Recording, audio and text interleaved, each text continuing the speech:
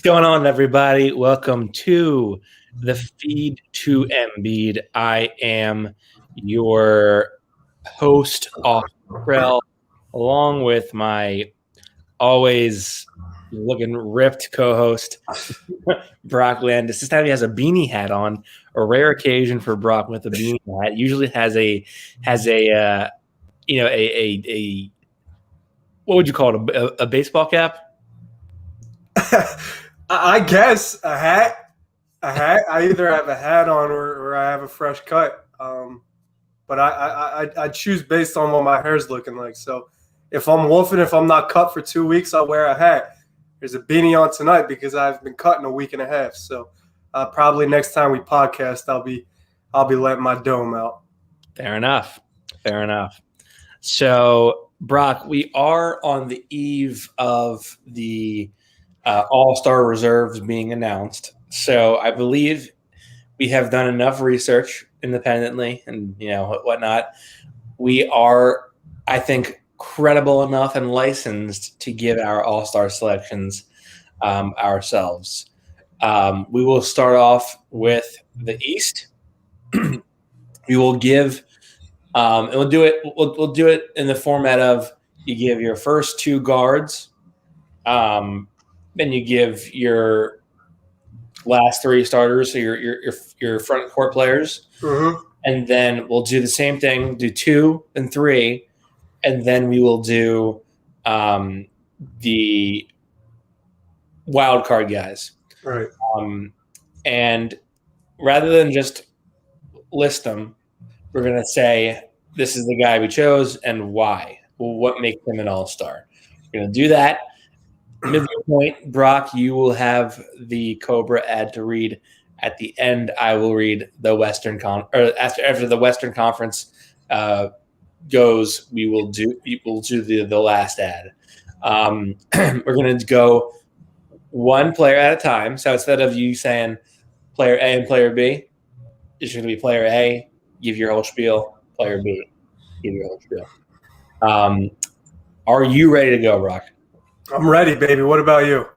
I am also ready. All right, I'm excited. You and I didn't reveal our reserve picks, so this is going to be completely new to both our viewers and you and myself. So I'm excited, Austin. You want me to start or you want to go first? You can start. Well, Nike, by the way, is that a Nike checkered hoodie I see? It is. I like that. I like that, Krell. I didn't know you were capable of that. I got some nice swag.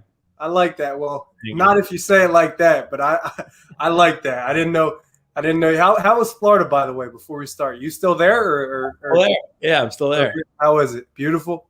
I was in Miami the other day. I was behind enemy lines, and it was nice. Yeah, we're getting rain, sleet, and snow here in Philadelphia, so I like to be where you are. But regardless, we move on. So I'll start. I'll give my first player. Because the East is loaded, I don't think this needs any explanation. He would be starting had the East not been that loaded, and you got Joel Embiid who's playing like an MVP this season. So the East is loaded, long story short. But James Harden is my first pick. Guard out of Brooklyn, 13-5 since the trade to Brooklyn. He's first in the NBA for total assists. So for all of the it's one ball crowd, there's only one ball between three superstars. It's not going to work. Harden has completely altered his game. He's a master distributor. He's still making guys dance, and he manipulates the game effortlessly. This season, he's being unselfish. He's making plays or putting his teammates in positions to succeed, and he's shooting 41% from three.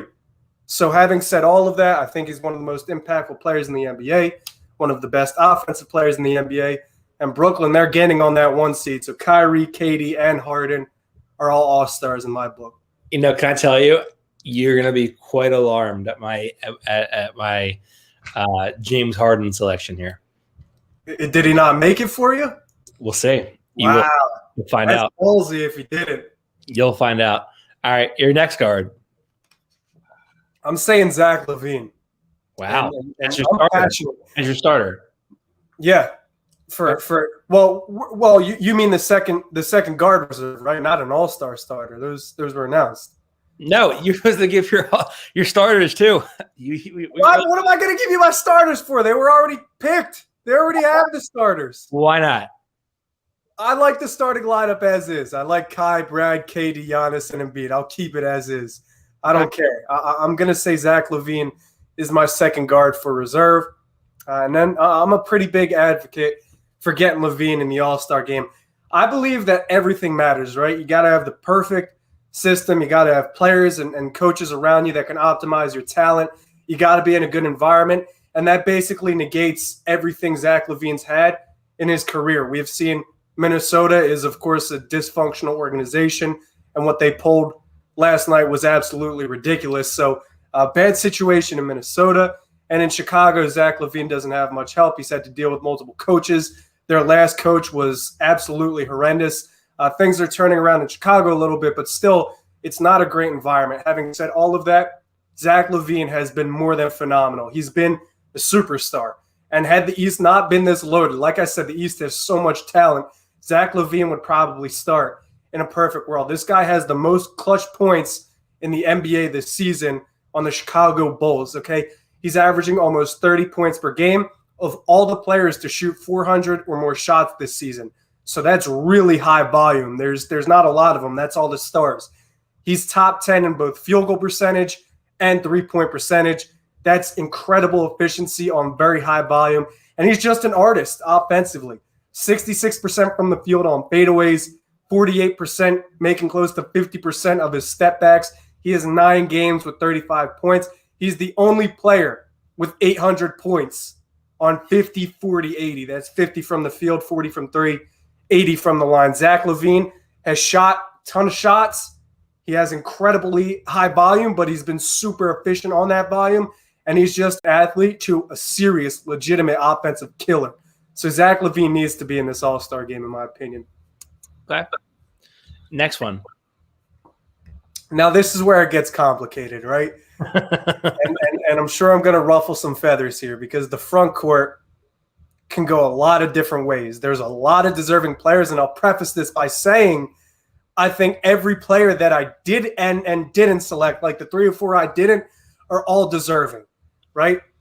But for my front court, I took Tobias Harris. And okay, let me start with Tobias. Let me go one at a time. Let me make my case for Tobias.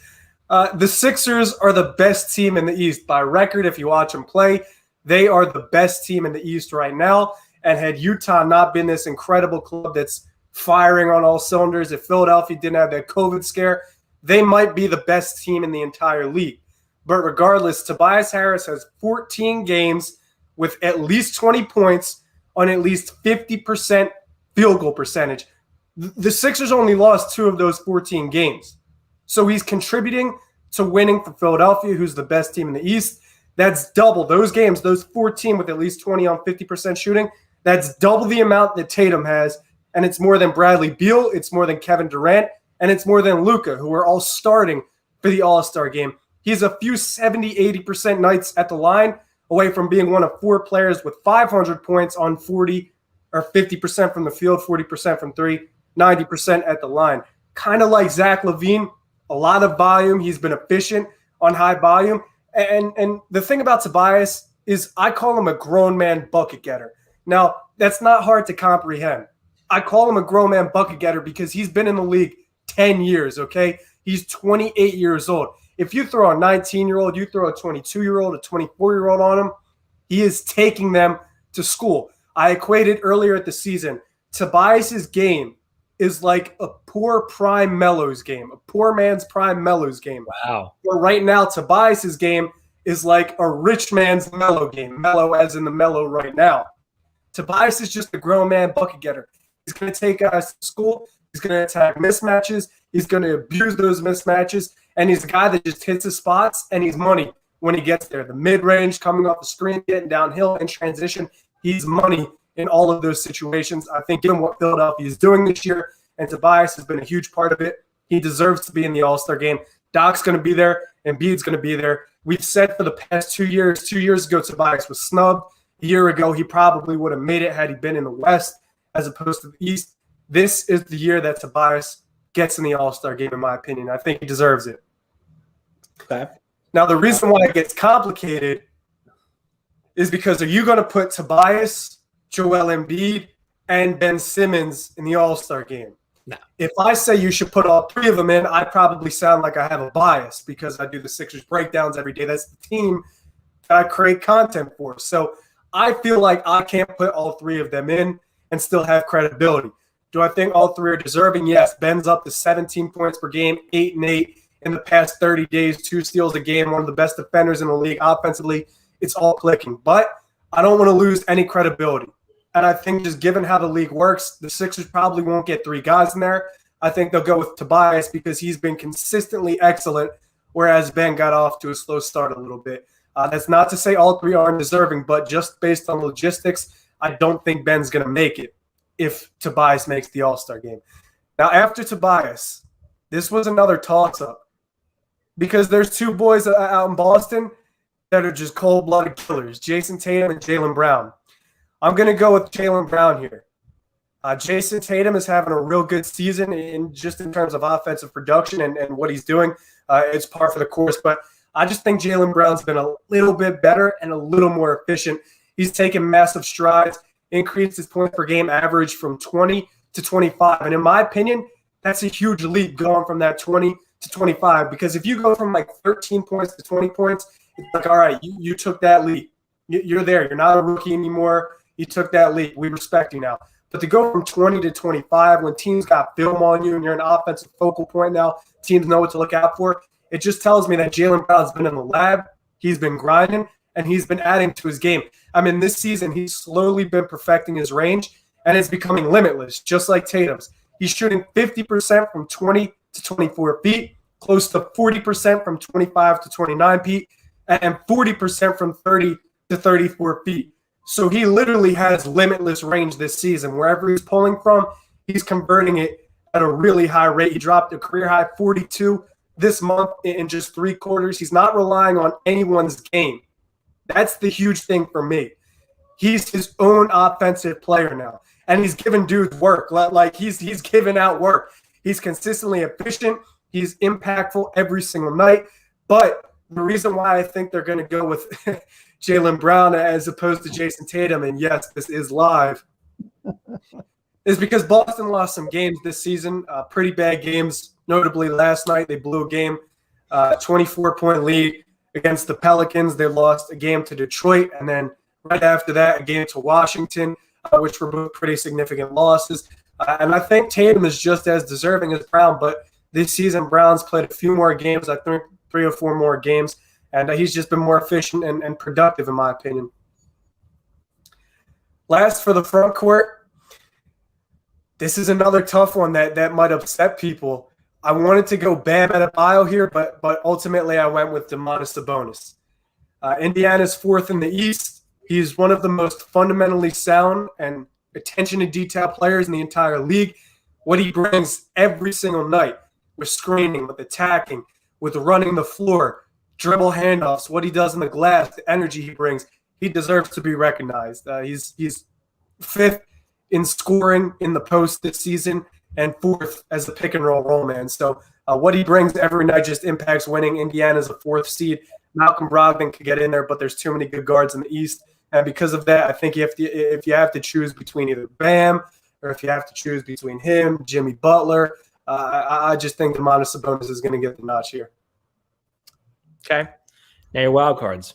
My wild cards are fun, okay? These are fun. You may not be expecting this one. But Austin, if these reserves are announced tomorrow and Fred VanVleet is not a reserve, Wow. I'm going to be furious. I don't think he's going to make it. I don't think he's going to make it. I don't know if he will, but listen. Toronto in the past month has the 2nd most wins. They have the 2nd most points scored and the most threes, the 2nd most threes and the 2nd most steals. So they're top 2 in every category that matters, basically, and it's largely because of Fred VanVleet.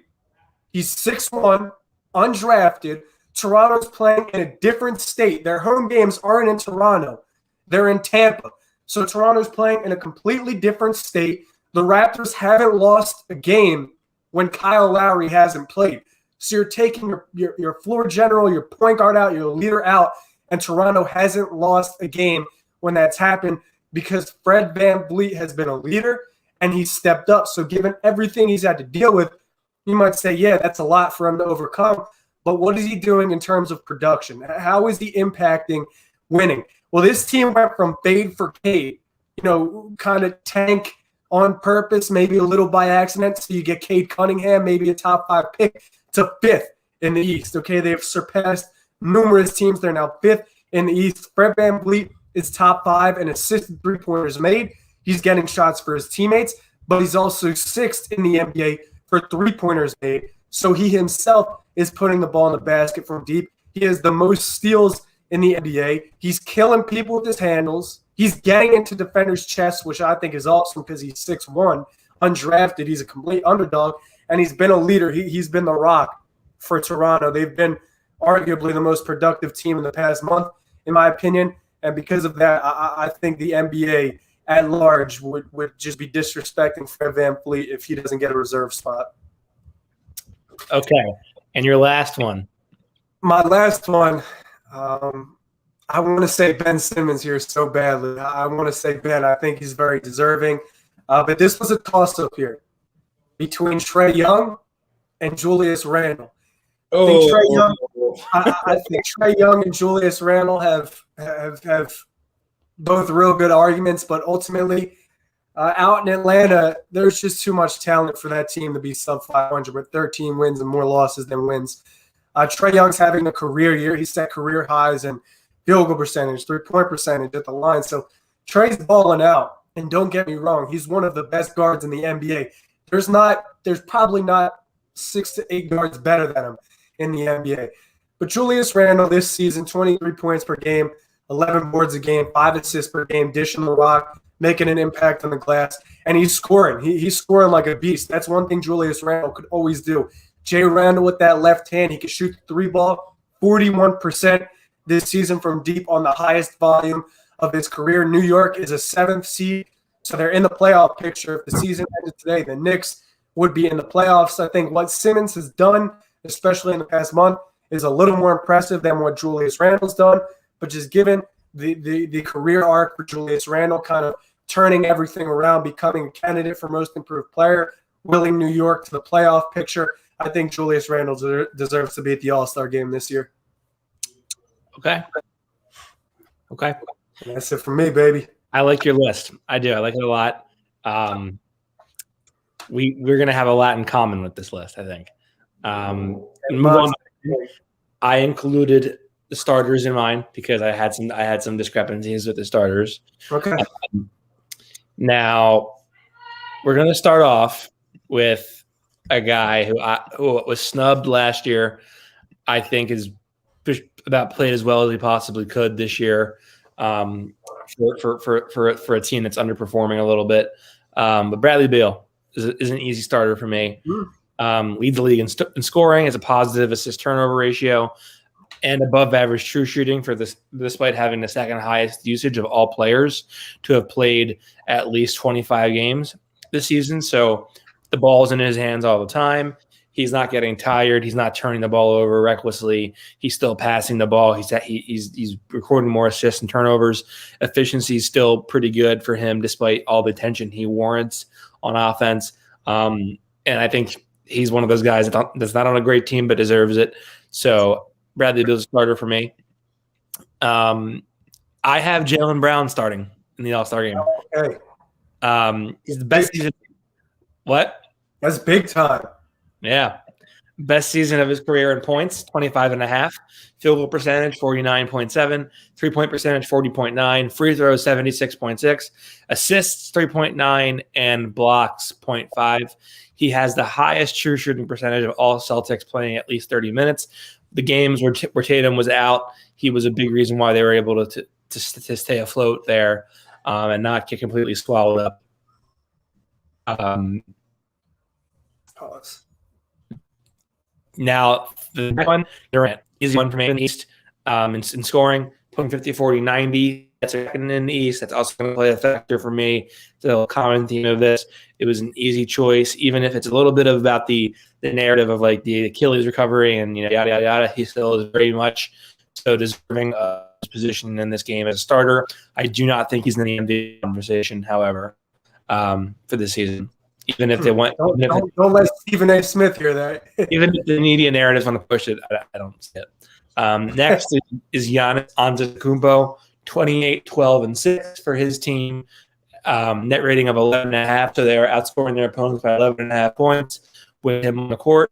And that's the highest for all Bucks who have logged at least 600 minutes this season. Their net rating of just 0.9, so they're outscoring opponents by less than a point per 100 possessions, is lowest for any Buck when they're off the court. So he's by far the biggest impact player on the fourth team on the. He's the third best team in the East right now. Now, MVP'd. Embiid. He was obvious starter. I mean, I think he's the best player in the East right now. Averaging a career high 30.3 points, over 11 rebounds, having the most efficient season of his career thus far. Does have a negative assist turnover ratio, so even with the identifying of double teams better, still it's not as gargantuan of a leap as people might make it out to be. Still, he is plenty worthy of this All-Star selection as a starter. Embiid is your starting five. Me, Bill, Brown, Grant, Antetokounmpo, and Embiid. Next, we go to the bench. My bench begins with Kyrie Irving, second on the Nets in scoring, currently 50, 40, 90. I was debating on this because I knew I'd probably have to give the Nets 2 All-Stars, and I thought it was sort of like not okay for Kyrie to just go take the week off or take 2 weeks off and go AWOL middle of the season, but I understand why. And, I think I certainly do believe that he is worthy of that pick. I mean, he's having a great year. He's averaging above, I think, 27 points per game. Now, if I give it to Kyrie Irving, I'm not going to hold wins against Zach Levine when he's averaging basically the same numbers. Fourth in the East in scoring, sitting in 50, 40, 90. Only Bull with usage above 30%. The majority of Chicago's offense at 13 and 16 is running through him, and he is performing at an all-time high for himself, and his efficiency is looking tremendous. He deserves a nod for sure. Even though the Celtics have underperformed and are only one game above 500. No, wait, they're below 500. Yeah, they're below 500. I'm going to give it to Jason Tatum, leads Celtics in scoring, also has a career high in rebounds and assists. His efficiency, although a little bit lesser than Jaylen Brown's, is still, respectable and overall, I think he's playing at a pretty high level. So I would give the Celtics 2 All-Stars, but know that is basically the entire composition of their team, which is why they're struggling right now. Next, Julius Randle was an obvious pick for me. Career high in points, field goal attempts, rebounds, assists. The reason I include field goal attempts is because his field goal percentage isn't a career high, but he's also attempting more shots than he ever has in his career. So I think that matters. Now, again, the Knicks have their worst net rating of negative 6.5, meaning that they are getting outscored by 6.5 points per 100 when he's off the court. So he is basically the entire life supply to their offense. They are a lottery team without him right now. Next, for me, I really didn't want to give the Pacers any All-Stars because they weren't worth it. But Domantas Sabonis has been pretty incredible. Yeah. 21 on he and Brogdon are really the heart and soul of everything they do. Originally, I was going to give Brogdon. He dropped off just a hair, so it's enough for me to get to Sabonis and backup big man. So Sabonis gets there. My wild cards here. First one goes to Chris Middleton. Chris Middleton. Yep. Wow. Yep. Even though it's not his best season to date, he's still 50, 40, and nearly 90 career high in assists per game. And he's averaging 20 and a half. It's coming to the point where he's now the 1B, crunch time playmaker for the Bucks. and a lot of their offense runs through him, even in crunch time. And he's a rock. He's very solid. So I'm going to give it to him. Last spot, Tobias Harris gets it for me. That's right. I did leave James Harden off my All-Star ballot this year. The reason being that I did take history into account, and in the past, players have been left off for antics in this season. Jimmy Butler was left off 2 years ago when he forced his way out of Minnesota and to Philadelphia, and he was obviously very worthy of being in the All-Star game that year. So I don't see how I can justify it with the way that Harden acted at the beginning of the season. So I'm not going to give it to him. I'm going to give it to Tobias Harris, who is averaging over 20 points per game this season. He's just about teetering on a career high in a bunch of different categories. But he's like 20.6 points per game. He's just like hanging on to 50, 40, 90 by a thread right now. He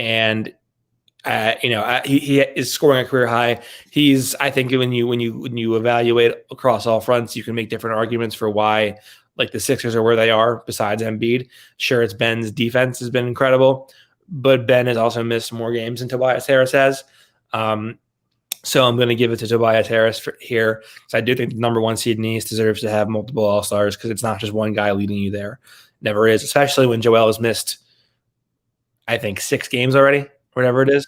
So that was a pick for me. So those are my East.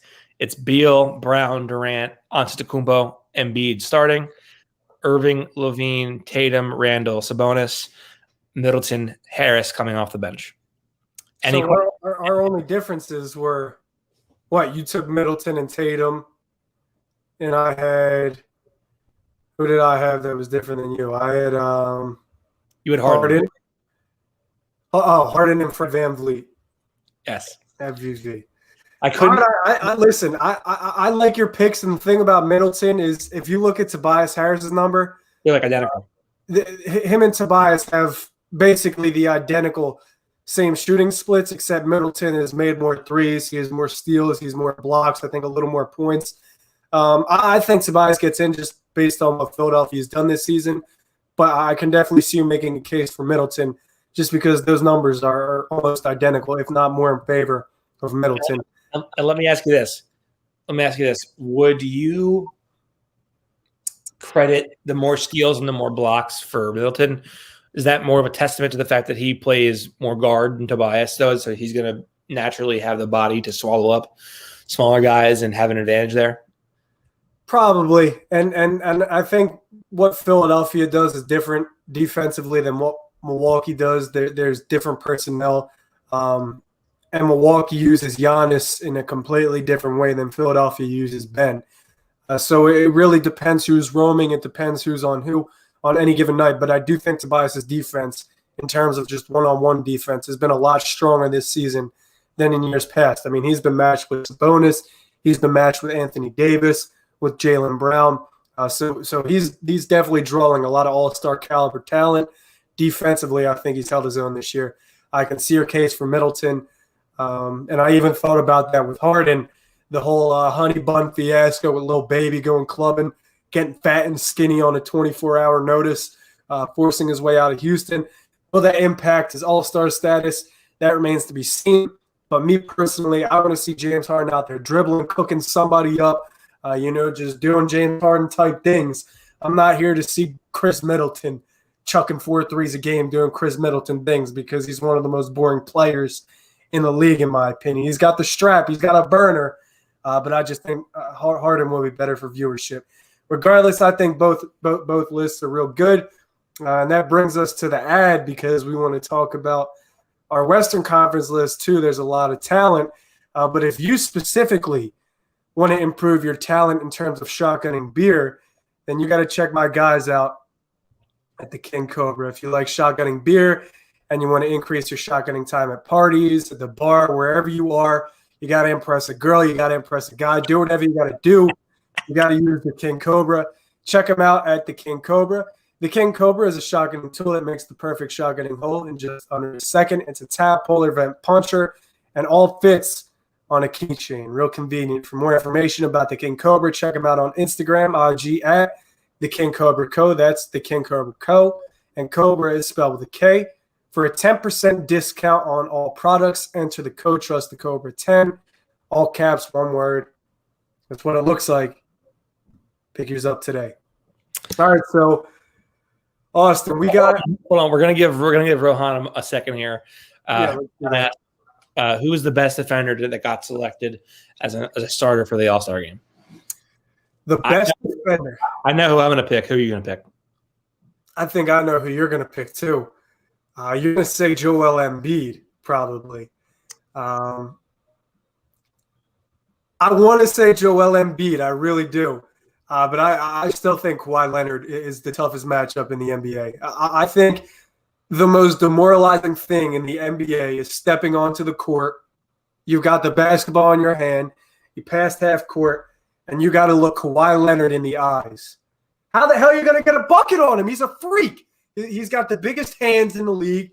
He's a hybrid player. He can play a bunch of positions, super versatile, and Kawhi's no goofy shit. He's locked down. So I think Kawhi's the best all-star defender, but Joel Embiid definitely has a plausible case. I'll let you make it because I'm sure that's who you were going to go with.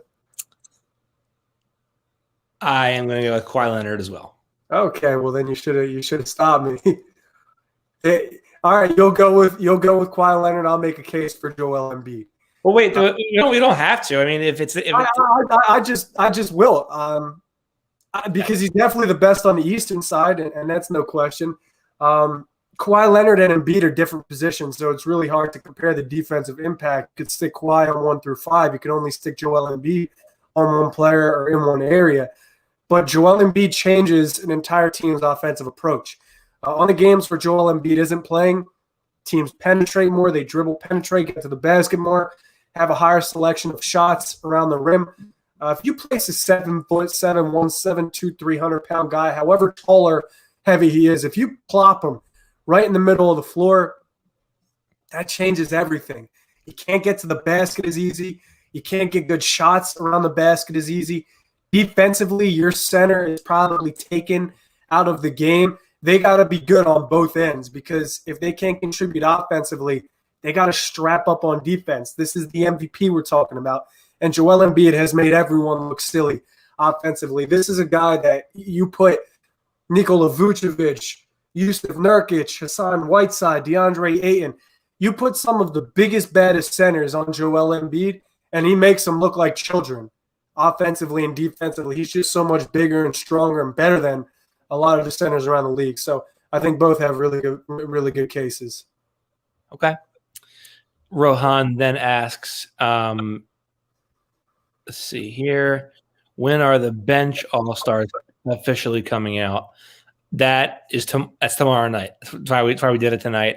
The bench all-stars come out tomorrow. Tom Zimmerman says, yo, you're lagging very hard. Def, fix it. Yeah, is that me or you? I think it's me. There's not a lot I can do about it right now other than to try to persist through it. Mm-hmm. So we will try to keep going. That Florida Wi-Fi, you don't got good routers over there right now. I'll try to relocate and see what I can do. Brock, your Western Conference. All right. I'm curious to know how many of these I get right or wrong. The West, I think, was a little easier for me than the East. I think there's just so much talent over on the Eastern side. But I'm going to start with my guards, Damian Lillard. And listen, it's really tough for me to care about these all-star selections and the fan voting because you know what you're getting every season. When you put the decisions in the hands of the fans, who a lot of them probably don't know what they're watching or they don't know the intricacies or things that matter to winning. They're just fan voting. That's why you get things like Colin Sexton. Well, maybe Colin Sexton you could justify, but you get guys that shouldn't have votes getting more votes than Ben Simmons. You've got Alex Caruso, top 10 in all-star voting. Things like this happen. But Damian Lillard not being named the starter, it's just outrageous. It's a shame. It's outrageous. I think the media voted in favor of Dame starting. I think the players voted in favor of Dame starting compared to Luka. But the fan vote was in favor of Luka. So Luka's starting, but I mean, look at Dame Lillard. He's third in terms of points, total points all season. Second most three-pointers made altogether. And in the clutch, second most threes. There's only 5 players in the league with more free throw attempts than him, and only one of them as a guard is Trey Young. So Dame is getting to the line. He's not afraid of contact. He's drawing a lot of it, whether it's from 3 or just getting downhill and towards the basket. So he's one of the best players at imposing his will. You can't stop him once he gets to a rhythm. He's also top 10 in assists, assist points created, and assisted three-pointers made. So he's spreading the rock. He's a bring everything basketball player. On any given night, he can explode from 50. He's a dog, so he'll match up with anybody defensively, and offensively he'll attack anybody. Listen, this is on a team that's 5th in the Western Conference. CJ McCollum missed 16 games. Yusuf Nurkic missed 22 games, and yet they're still 5th in the Eastern Conference. So I think it's a shame that Damian Lillard's not starting because he's having an MVP caliber season. But what do I know? He's my first pick for a reserve. Okay. Next is Donovan Mitchell.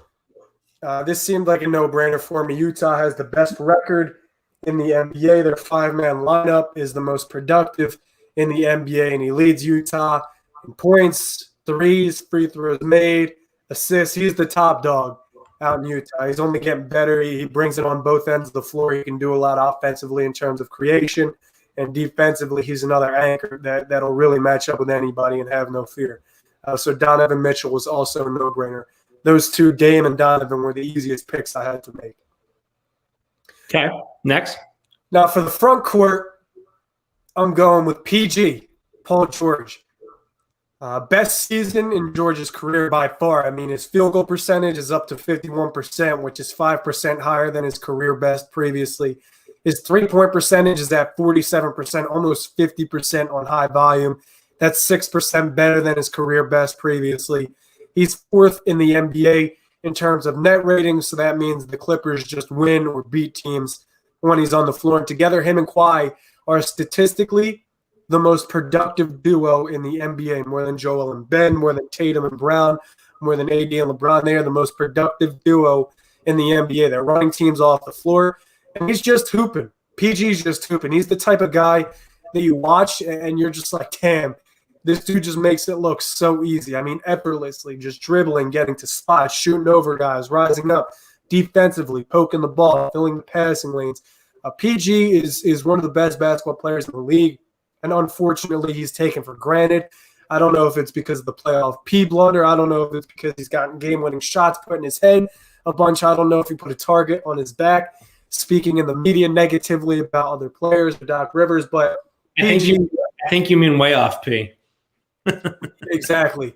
But at the end of the day, PG is a commodity. He's one of the best players in the NBA on both ends of the floor. And if I was a GM, I would be enamored to have PG on my club. So the kid's having – not a kid, he's a grown man with a wife. The dude is having the best year of his career. So PG, no contest there. Zion Williamson is going to the All-Star game. He has to be. He's Zion Williamson. You got to have him there just for the fact that he might dunk on someone. He can take off. He's got bounce. You just have to have Zion there. He's a must-see TV. But if that's not convincing enough, 28 points per game in his last 10 games, 4th in the NBA altogether for 3 free throw attempts, and he's just so dominant. Like, he just gets on the block, and he's just killing dudes with his strength, whether it's in the post, whether it's driving. Anything in the paint belongs to Zion. It's why he's shooting 61% there. I think he's only taken 17 threes this season. But if you're scoring 28 points a game with maybe a 3 or less a game, it doesn't matter. You're just physically too dominant. You're overmatching teams. Zion's must-see TV, and he's a beast, man. He's young. He's a beast. He's only going to get better, and I can't wait to see what the future holds for Zion. I would have taken Anthony Davis with my 3rd selection, one of 4 players with 30 steals, 30 blocks. Bad season at the line and from 3 for his standard, but still plus 9.1 points per game per 100. So the Lakers, much better team with him on the floor than without him. And the Lakers aren't nearly a dangerous team, nearly as dangerous without AD. LeBron lost a game or two recently without AD, and he's just huge for that Lakers squad. He can give them a bucket for whenever they need one. And he's AD, but unfortunately he's hurt. You need a replacement. I'm going to say that replacement is Rudy Gobert. If it came down to Brandon Ingram, or Christian Wood, maybe DeMar DeRozan too, who are all very deserving, I just think the NBA and the coaches would go with Rudy Gobert because Utah is the best team in basketball. What Utah does can't be accomplished without Gobert. I mean, defensively, second most blocks in the NBA. He's like the Joel Embiid type, where if you just throw him in the middle of the floor, he changes the team's game plan. But also offensively, you probably got a little sneak peek if you watched Utah play Philly. But what they do is really just spread the floor out. They've got 4 dudes that can get buckets and shoot the hell out of the ball. And then Rudy Gobert just kind of runs around. You don't need him to give you 20 points a game, 15 points a game. You just need him to set screens and body dudes and give shooters space and make an impact in that way. And I think that really impacts winning. So if it came down to Brandon Ingram or Christian Wood, maybe DeMar, like I said, other players that can make a case in the front court, I think the coaches would just go with Rudy Gobert by default. And now the wild cards, right? Now, I didn't have fun with this. I didn't have fun with this at all because I like a lot of these cats, okay? The one lock I had for a wild card was Chris Paul. Phoenix is the 4th seed out in the West. Chris Paul organized the All-Star game last year. He had a huge say in the format and everything with the tribute to Kobe Bryant. So I think Adam Silver and the coaches are cognizant of that. And CP3 is just the type of guy you want to surround yourself with and represent the brand during All-Star weekend. I mean, he's 35 years old. He's not like some 24-year-old out there with fresh knees and a fresh body. He's a 35-year-old hooper. Okay, he's still averaging 17 and 8, which is way above average, especially for his position. You just feel safe when he has the ball in his hands. He's arguably the best playmaker in the NBA. He makes the players around him better, and he makes any team he plays for either a tough competitor night in and night out or a playoff team. He did it last year with OKC, and like I said, Phoenix is the 4th seed. So I think the coaches in the league just want to give him his flowers before he's gone because, like I said, this dude's 35 years old, still giving out buckets, still spreading the ball better than everybody. He casually had 19 assists the other night. Chris Paul is a dying breed, and you want to preserve that for as long as you can. I see my guy Diverse Conscious here too in the comments. Shout out to you. Just wanted to say what's up. We appreciate you tapping in, everybody else. And last but certainly not least, I couldn't make my mind up. I'm hoping you could give me some clarity here because I really couldn't make my mind up for this final spot. It was down to 4 players for me. Ja Morant. I appreciate you, DC. I appreciate you. Ja Morant, because listen, Memphis is still in the playoffs. Morant was hurt for a little while, but I feel like Morant is like Zion. He's must-see TV. He's the point guard. He can jump with anybody, and you got to watch him play. You always got to watch him play. So Ja Morant, but then it gets tricky. You're going to put D-Book in there? Probably not. You're not going to send D-Book and Chris Paul there, I don't think. But D-Book is very deserving too. D-Book's ice cold. He's an ice cold killer. So Ja Morant, D-Book, and then I'm thinking SGA. Gilgeous-Alexander is a bucket getter. I mean, he's a killer too. He's a young killer. Right now might not be his time, though. That's the only way I'm justifying him not making it. Right now might not be his time. He's definitely going to be there, but it might not be his calling. He's deserving, though. If the West and East weren't so loaded, I mean, you're talking about the best players in the world. If they weren't so loaded, I think he'd be a no-brainer. But he's still young. This is only his second, third season in the league. So he is deserving, but I think the coaches might go with one of the 3 I named. So it's SGA, Ja, D-Book, and my final one, who I'm actually going to pick. I made my decision. I'm not going to change it. Is De'Aaron Fox. Sacramento's their coach. I saw what you posted, Austin. Their coach, I think, has the highest odds to get fired in the NBA right now, Luke Walton.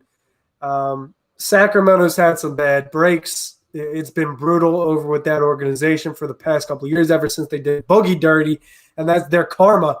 But listen, De'Aaron Fox, he's taken a massive stride this season. I mean, he's in career highs in almost everything. And offensively, he's completely molded his game to the modern NBA. In college, he didn't really shoot the three ball as much. I drew comps, Tyrese Maxey comps to De'Aaron Fox in college, where coming out, weren't great three-point shooters. I think hovered right around like 33% for Fox. Maxey was at 29. Listen, speed kills, and there's not many faster than Fox. He's up there with the Russell Westbrook of speed when Westbrook used to, with Ben Simmons. He's up there with those guys. What's up, Zach? Stay solid. That's my guy too. He's always putting me on with music and keeping my mind right. So we got some legends in the chat right now in our presence. But like I was saying, with Fox, he's up there with some of the best in terms of speed. So he's killing dudes that way, but he added that three ball. And if he can have a consistent three ball, he's going to be a problem for a long time. And that's why Sacramento gave him the max without him really proving anything in terms of winning, because they see the talent. They don't want to let that go. And in my opinion, if you're not going to send two Suns players there, I think he deserves it more than Ja does, because Ja was hurt for a little bit, and probably a little more than SGA. De'Aaron Fox is having a career year, but I wouldn't be upset if any of those four made it. Got to choose one. I'll go De'Aaron. I'll stick with my guns and say De'Aaron. Okay, fair enough. We're going to take one question mixed in here. Tom Zimmerman says, do you think the Sixers can win without a trade? No. I do not, and I don't know that there's a trade out there that would convince me that they can win. Anyway, and it isn't that I don't think they're good enough to win. I just think that you look at, like, who's in their way. Brooklyn is very, very top-heavy, but they're figuring it out quickly. Milwaukee, I think, is better than what their record says. I think they're a little bit deeper as well. Both LA teams, Utah, those are, I mean, whoever they have to ravage and fight to get through the East with, they're also going to have to, go and face a potentially better opponent in the finals. I just think that's going to be an exhausting challenge. So I don't know that there is a trade that they can make that would push them over the top. I talked to a league executive today, a GM. Let me drop it. Okay. You're earning your stripes out there, AK. Yeah. I see you. I was talking to the GM today, and he was saying that that with all of like the confusion this year and all of like the constant change, it's really kind of a seller's market, and there isn't really a big trade to be made, especially with the 8 or with the 9 and 10 seeds, which is something that I have brought up endlessly. I think that's a really big factor this year. So I don't know that there's a trade that they can make that would put them over the top without them sacrificing significant assets. And then at that point, you're wondering, like, is it worth it for the future? Because I know Kyle Lowry is the gold standard in some respect, but I feel differently than you. I don't think it's possible, honestly. I feel differently than you. I believe what you and the exec are saying about the trade market. A lot of things have to get sorted out first, right? Detroit is holding out Blake Griffin. He'll determine a lot. Does Detroit buy him out? If they do, he's a candidate. Do they trade him? Who knows? Andre Drummond could be on the move. Boston might try to get a little better, compete with Philadelphia, bring Andre Drummond in. There's Kevin Love out in Cleveland who might get bought out also. There's just a lot that remains to be seen, but the deadline is fast approaching. Diverse is talking about Victor Oladipo out in Houston, and he's another guy to watch. That reminds me of DeMarcus Cousins, too, who Houston might be parting ways with. But here's why I think Philly can win. They have Joel Embiid. Why does that matter? Nobody else has Joel Embiid. And Joel Embiid alone is good enough to keep the Sixers in any game. If he has a one-on-one, he's going to win that matchup 70% of the time. And the reason why I hated Brett Brown was because their offensive focal point was Joel Embiid, but more importantly, an emphasis on the three ball. So last year, you had Embiid just coming down the floor and chucking threes. That doesn't happen anymore. He only shoots threes if it's out of a double team like Tobias or Ben, somebody kicks it to Joe and he shoots a three, or it's wide ass open. But he's not just dribbling down and chucking threes. If Joel Embiid is on the block, you're guaranteed to either get 2 points 70% of the time or 3, because he's going to get fouled, go to the line, and convert. He converts at 80%, 85%, whatever, right? So if you have Joel Embiid, that automatically means you can compete with Denver, and it means you can compete with the Lakers. It's going to be a battle, but Joel Embiid can compete with the best of bigs. After Embiid, what do you got? You've got a 6'8" grown man bucket getter, Tobias, who I think wins a one-on-one matchup 60, 70% of the time, and Ben Simmons the same. The Sixers are playing bully ball. That's why they have the most fouls drawn and most attempts at the line. That alone is enough to wear out any team. I don't care if it's Milwaukee, if it's the Clippers, the Lakers. If you are imposing your will early, you're getting to your spots, if you're establishing deep positioning in the post early, you're going to be there the entire game. You're getting that look all 4 quarters, right? But the thing is, if teams are going to double, which they will, that means you're not winning those matchups 70% of the time. It means maybe 50%, 40%, because doubles are coming. When your players kick out of the doubles, you need to be able to rely on your teammates to capitalize. The Sixers missed 10 threes against Toronto last night off of Joel Embiid, Ben Simmons, or Tobias Harris double teams. They missed 10 of them, and they were open. So right now you've got Denver, you've got Portland, you've got Milwaukee, you've got the Nets, the Clippers, all with better three-point percentages on open three-point shots than the Sixers. The Sixers are at 35%. If they get that to 38, 39, 40%, coupled with the fact that they get fouled more than every team in the league, there's no reason why they can't win the finals. But it's not going to happen if you don't have a bench. And right now, there's just this terrible lack of offense creation off the Sixers bench. So it's like, yeah, their starting 5 can keep the game to 2 or 4 points or 6 points with Utah, with the Lakers, with the Clippers. But if you go to the bench and they're taking a 2-point lead and making it an 8-point deficit, or they're taking a 3-point deficit, making it a 10-point deficit, you're going to lose. And it cost them games on the road trip. It cost them the Portland game. It cost them the Suns game. So until the Sixers situate things with their bench and start capitalizing on those opportunities when teams double, they're probably going to be an Eastern Conference Finals team. But if they tee up a little bit on the bench, I don't see why they can't win a finals. I really don't. I think this year it's theirs for the taking. I don't think Milwaukee's anything special. I think Philly matches up with them really well. I think if Philadelphia adds a few more pieces, they match up with Brooklyn well. And the only team I'm really worried about is the Clippers.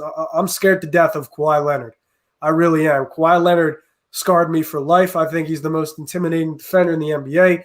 With Paul George playing the way he is, that's always brutal. Pat Bev is a head case, whatever. But the one thing that LA doesn't have that the Sixers do have is Joel Embiid. And there's no Serge Ibaka. There's no Marcus Gasol. There's no Ivica Zubac that's going to stop that. Gotcha. Yeah, no, we'll see is what I'll leave it at. Tom asks who you think the Sixers will add at the deadline. I am very confident they're going to trade for Nemanja Bjelica. I think that's going to be a move. Former Sixer. Yeah, future. It was former Sixer now. Yeah. No, former, future, former Sixer.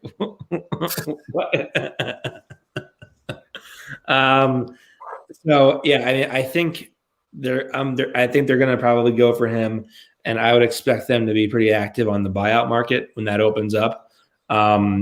It wouldn't shock me if maybe they looked at Blake Griffin, if he gets bought out, or maybe even they look at a trade for Thaddeus Young. Those are things that I've heard people who are plugged in talk about. So those wouldn't shock me. Now let's see here. There's another one. Oh yeah, Light Gloomy said, "Ain't beating healthy AD," and then he says, "AD is better than Embiid. AD got a ring." You know who else has a ring? What is it? Caruso. So is Alex Caruso better than Joel Embiid? Listen, I mean, you can make a case that AD is better than Embiid, but if you watch the NBA this season, he's not better than Embiid. Embiid literally is unstoppable. He's got his takeover badge. There's no player in the NBA that can defend Embiid one-on-one. But Krell, I took way too long. We got a little off track. Give me your Western Conference reserves. There we go. So, this is my starters as well. Okay. So starters too. My starters, Stephen Curry, easy one for me. Averaging 29.9, shooting 48.6, 42.3, 93.5 from the line. Has a 2.0 exactly assist to turnover ratio, averaging 5 rebounds. Keep in mind, there's no Clay there. His second best scoring option is like Anthony Davis, or no, Andrew Wiggins or Kelly Oubre. So the gravity, the shooting gravity is just insane, and he still is able to make shots, and defenses are like all over him, really. So I had to give it to him. I did waver between Donovan Mitchell and Damian Lillard. I think I'm going to switch these up, and I'm going to say Damian Lillard should be a starter. Leads the West in scoring, shooting 11 threes per game, still shooting almost 45% from the field. Tells you exactly how good of a player he's been. Just absolutely insane. And he's kept them alive while CJ's been out. They're 7 games above 500, actually. So I think he's been insane. Little I can debate there. Kawhi Leonard, for obvious reasons. Kawhi, as we both think, is the best defensive wing. I guess in a lot of ways, like if we're saying that the starters are the top 10 players in the league, and he's the best defensive player amongst them, then I would probably say that he's got to be one of the top 2 or 3 defensive players in the entire NBA. But Kawhi is also averaging 27 points per game, and he's averaging 4.9 assists. He's almost he's pushing a 3.0 assist to turnover ratio, which is tremendous. So Kawhi has been just incredible for them. He's shooting 58.5 from the field, 39 from 3, 88.5. So efficiency, as always, for him is tremendous. Then we go over to LeBron James, obvious reasons. He's the runner-up in the MVP conversation by a pretty wide margin right now. And, he's doing it at 36 years old. So he's obviously a starter. Jokic has been incredible. Yes. He's if he's not going to defend, at least he does something on offense, which is dominate. He's averaging what? 26.6, 11.1, and 8.5. So he's like pushing triple-double averages, which is insane for a big. I think on 50-49 too. Yeah, for sure. He's increased. His clutch numbers are incredible. His shooting efficiency is way up this year. Can't not give it to him. He's just an incredible player. Then now I go to my bench. This is where it gets interesting. So the first guard off the bench for me, Mike Conley, gets it for me. He's at. I'm done, bro. I'm done. There's no way James Harden doesn't make the goddamn All-Star game, but Mike Conley does. There's no way. Sorry, Get the hell out of here with that. Sorry. All right, so what's your case? Let me hear your case. Mike Conley's having the best season of his career, you could argue. He is, in a lot of ways, been the best player on that Utah team from time to time. I think he's adapted really well to a more off-ball role, and I'm definitely not giving it to Rudy Gobert. So, I mean, if they're going to have 2 All-Stars, it's going to be Donovan Mitchell and for me, and Mike Conley. I think he's earned it. He's been snubbed many times before. He's arguably the best player on the best team in the West right now. I will give it to him. Sorry. It's one thing to say he's been snubbed, but don't call him the best player on Utah. It's Donovan Mitchell. He leads them in points, threes, free throws. No. He's the best scorer. On who? Utah? I think Jordan Clarkson's a better scorer than him. No.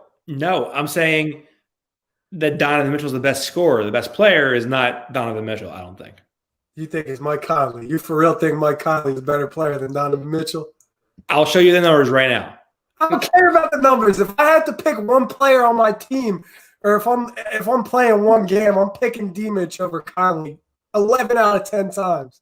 Listen, it's just lighthearted. It's lighthearted banner. I respect your pick. Conley is shooting 6.7 threes per game, making 41%, 83 from the foul line, 45 from the field. Donovan Mitchell, 43, 39, and 83, averaging 5 assists per game. Conley averages 5.6 per game. The best scorer is arguably Jordan Clarkson. The best player is Mike Conley. That's crazy. That's crazy. Go ahead. The best scorer is Mitchell. The best shooter of the bunch, if you wanted to say, could be Jordan Clarkson.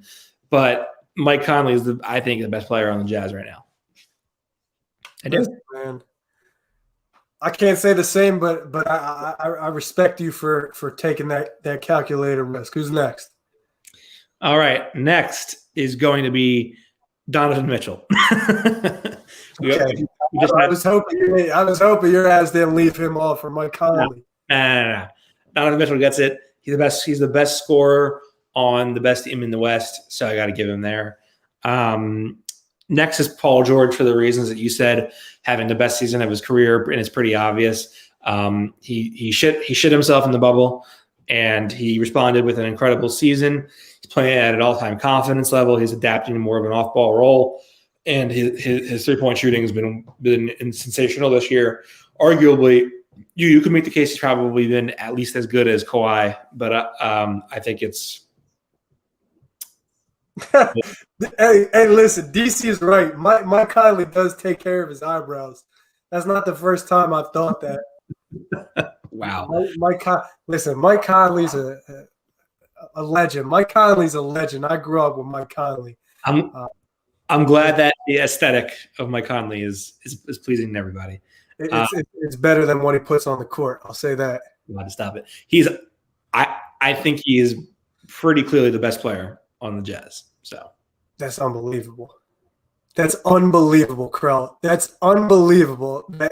How old is he? 32. He was a rookie in 2007, so he's been in the league 12 years. And the best scorer is Mitchell. The best overall player. It's not true because Mitchell's a better defender than him too. He leads the Jazz in points and assists and threes made and free throws made. Like he might on a per game basis have less than Conley, and his averages look different. It's just because Mitchell takes a higher volume. Like Mitchell's shooting 20 shots a game. I'm sorry. I know. Listen, that's your pick, and I respect it. Like I said, I'm just respectfully disagreeing. Yeah, and that's the beauty of sports media. None of these are the right answer.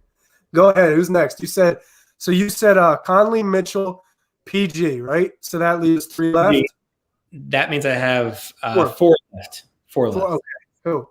Now my last 4, we're gonna go. Even though the Pelicans have stunk this year, I am gonna give it to Zion Williamson, as you said. Zion is averaging, I think, like a shade of. I think he's averaging over 24 points per game. And to go along with, I think, like, I want to say it's 11 rebounds. That doesn't sound right to me. It's 6.8 rebounds, 25.1 points. He's shooting 61% from the field, a little higher than that, actually. And that's by far the best of any player. It's attempting as many shots as he has. So I'm going to give it to Zion Williamson. He's well deserving of it. My last pick for a big, which I think now in retrospect I probably wouldn't give it to him, but I'm not going to give it to Gobert because I think Gobert is ridiculous that we call him an all-star and he isn't. Sorry, he's not an all-star. Come on, bro. I mean, it's like saying Tyson Chandler was an all-star. No, it's not. Saying Mike Conley is an all-star is like telling me that. No, let me not be that disrespectful. Okay, who you got? Whatever. You said what you said. Who you picking? Anthony Davis. I'm gonna give it to AD. Yeah. Who's his replacement? I might be putting you on the spot, but do you have a replacement pick for him? Because he's not going to play because he's hurt. That's what I mean. Like that's why I think it's Gobert because Mike Conley. Jay Crowder. Who? Jay Crowder. Hey, yo, I'm plugging my mic, dog. You got to find a new co-host with that. Dude, Dude, Mike Conley and Jay Crowder, bro. They played together 2 years ago. he's just not an all-star. He's not. Let me see here. I will go with Dion. After this, Dion raises a good point too. A little bit. I guess. What's the dude's name? Christian Wood. Yeah, see, Christian Wood's been having a fantastic year. I love Christian Wood. He's a beast offensively, but I just think if it came down to a big you have to pick to replace AD, they're not taking Wood because he hasn't played long enough this year, and they're probably not going to put Anza and Williamson in the All-Star game because New Orleans just hasn't been good enough. So given that I don't think Mike Conley makes it, I think the coaches probably go two from Utah. They're the best team in the NBA right now. So I think those two are D. Mitch and Gobert. Yeah. Right, so you said Conley. You said Conley, D. Mitchell. So you pick Christian Wood to replace AD. You recall, I haven't even mentioned Luka yet. That's true too. My last two picks: Devin Booker. Okay. I'm not giving it to Chris Paul. I'm giving it to Devin Booker. Okay. He's averaging 24 points a game, 49, 37, 84. Assist turnover ratio is almost even, which isn't good, but I think he's just trying to adjust a little bit to having Chris Paul there with him. I generally think he's the best player on the best team, he's the best player on one of the top four teams in the East or in the West. So I'm going to give it to him. My last pick, it was somewhat of a wild card pick because you can have either a guard or a forward there. Luka Doncic, no questions asked. They're underperforming, but he's a stud. And yeah, it's obvious. So. Hey, listen, man. I like your picks. I went with Chris Paul over Devin Booker just based on the logistics. 35 and still 17 and 8. He helped last year's All-Star game, so I just think they want to give him his flowers before he's gone. I respect the Devin Booker pick. I think it's tough to leave him off the All-Star game because he's goated. But that Mike Conley one, we might have to take that. Exactly, like DC said, Devin Booker was a nice comeback. That everyone liked that one. But that Mike Conley one, bro, we might have to go back to the drawing. Honestly, I think it's just obvious. Like, go watch Utah play. I do. I don't know about that. What do you mean? Come on, Austin. You can't tell me that Mike Conley is the best player on Utah. The best team in the NBA is not dictated by Mike Conley. It's Donovan Mitchell. If you were a general manager, if you were a coach, if you were at the park and somebody put Mike Conley next to Donovan Mitchell and said, look, we need a bucket, we need a stop, we need a win, we need a three, we need an assist, I feel like 10 out of 10 people would go with Donovan Mitchell as opposed to Mike Conley. Did you know that Mike Conley, the Jazz are outscoring opponents by 16.4 points per 100 possessions with Mike Conley on the floor. With Donovan Mitchell, it's only 9.9. Mike Conley has played 242 minutes fewer than Donovan Mitchell has. Exactly. That's it right there. He's played way less than him, so that number is going to be skewed positively for Conley. What? That's how it works. Listen, this is how it works. If Donovan Mitchell took 100 shots and made 50 of them, he shoot 50% from the field. But if Mike Conley took 40 shots and he made 30 of them, his percentage is way higher because he took way less shots. Bro. You're not going to use a plus minus or an on-off total to convince me Mike Conley's better than Donovan Mitchell. You just got to watch it. Donovan Mitchell is better in any day that ends in a Y than Mike Conley. Listen. Look, Dion, I put Rudy over Conley. He's the with Conley off the court. With Conley off the court. Austin. The Jazz are about the on-off totals. That doesn't mean anything to basketball. The on-off totals mean nothing to me. How many games has he played? All right. How many games has he played? I don't know. Find out. You just got me the on-off totals. Tell me how many games he played. My computer's going to die, dude. Come on. I have to read the last ad. It's 7% left. You go read the ad. I'll find it then. All right. I'll do it. Fine. Let's see here. Now you want to do it. Now when I 30 games. Huh? He's played 30 games. He's played 30 games. Yes. And how many games? Then how's he played 242 less minutes than Mitchell? There's no way he played 30 games. He's played 24 games. 24 games. Okay. He's played 24 games. What about Mitchell?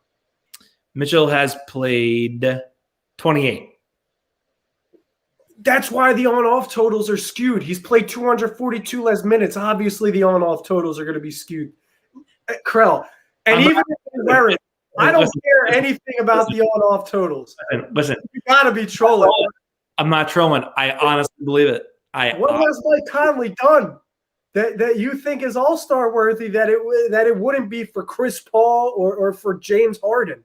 If you're going to leave James Harden out, you put Mike Conley in.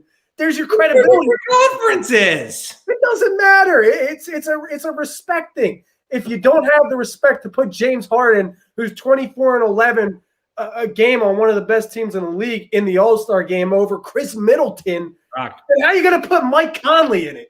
Brock, it's over. It's over. I've chosen Mike Conley. You did it. I respect it, but I'm saying I'm pressure. You can't tell me he's the best player on Utah. He is. He's the best player. That's crazy, Austin. That's crazy. That's lunacy. He's not. It's not. Look at the facts. There are no facts. And text your little GM exec guy and ask him if he thinks Donovan Mitchell is lesser of a player than Mike Conley. He'll block your number. He'll say, "Don't text me again. Go work in a different profession." Bro, I'm telling you, he's the better player. Krell. Why is he the better player? Give me a plausible reason as to why Mike Conley is a better player.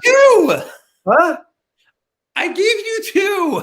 You didn't give me anything. You said his on-off total 16. D-Mitch is 9. I don't care. I'm talking about basketball on the court. Those are basketball numbers. Bro, you can't use an on-off to justify this. I'm talking about pure basketball, putting the ball on the floor, attacking the defense, putting the ball in the basket. I'm not talking about a number. I'm not talking about what nerds like me and you like. I'm talking about straight hoops.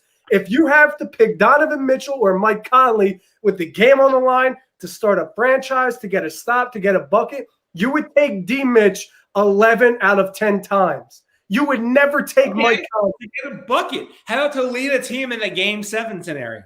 I would pick Mike Conley. When has Mike Conley done that? He's never won anything. Done that. Huh? Never mind. Donovan Mitchell's in his 3rd year. Mike Conley's in his 13th, his 14th. He's never won anything. All right. Give me a 7-game series with Mike Conley. Utah wouldn't be the best team in the league.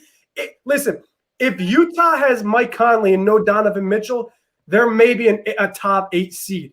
If Utah has Donovan Mitchell and no Mike Conley, they're still a top 5 seed. That's all I need to know right there. Okay. All right. And Ben Butler, I know you love Ben Simmons, and I love Ben Simmons too. Game on the line, I need a bucket. I'm not taking Ben Simmons though. I love the dude to death.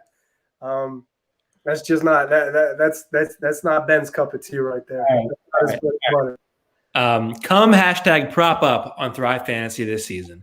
Thrive Fantasy is a daily fantasy sports app for player props. They have eliminated the need to do countless hours of research because they only ask you about the top tier athletes in a respective sport. NBA, MLB, PGA, or even esports. Choose 5 out of the 10 player prop options to build your lineup. Each prop has a fantasy total associated with the over or under based on its likelihood to occur. More point selection is worth, the riskier it is. Rack up the most points to win a share of the prize pool. Use promo code Simmons for 3. That's Simmons 4, the word 4, F-O-R, 3, number 3, Simmons 4-3. When you sign up today, and you will receive an instant deposit match up to $50 on your first deposit of $20 or more. Download Thrive Fantasy on the App Store or Play Store, or by visiting their website, www.thrivefantasy.com. Sign up and hashtag prop up today. All right, everybody. Brock, what do you got coming up besides some bullshit? Besides some bullshit, you can't. You're not. You can't have the audacity to say that to me. You can't have the audacity to say that to me right now, Krill. Listen, it's all lighthearted banner at the end of the day. I respect you and what you do. I know you're on your grind. You're one of the few solid guys in this industry, specifically in Philadelphia. So I respect you and what you do. It's all lighthearted. Just take it on the chin. I'm just messing with you. But at the end of the day, you won't find Mike Conley on any of my All-Star ballots. It's okay. We can't all be right. Exactly. But listen, I post breakdowns after all the Sixers games. I got the recap for both Toronto games coming on Wednesday. I mean, the schedule is just recaps and breakdowns the day after the game. I'm going to be collaborating soon with some people that I think my audience might find interesting. They're going to be talking about basketball cards, which is basically like the new stock market. There's a huge explosion there. I'm going to have some people on maybe talking about different teams, player features. I don't know. But right now, I'm just trying to think of ways to just pump different content out. So if you're looking for any basketball dialogue and somebody that's going to tell it to you straight that way and not hold anything back or be goofy or anything like that, you can follow me on Twitter. It's Landis Brock right here. And on YouTube, it's Brock Landis. So you just reverse those words and you'll be able to find me there. And I'm Austin Krell. You can find me on Twitter at NBA Krell. I cover the Sixers on the beat. I also write a weekly column for the Last Out Media Network, discussing different X's and O's that I see on a weekly basis from different games. Also find us at the Painted Lines YouTube, where we always post the pod. We also always have our different shows on at all times. As always, we do appreciate the support.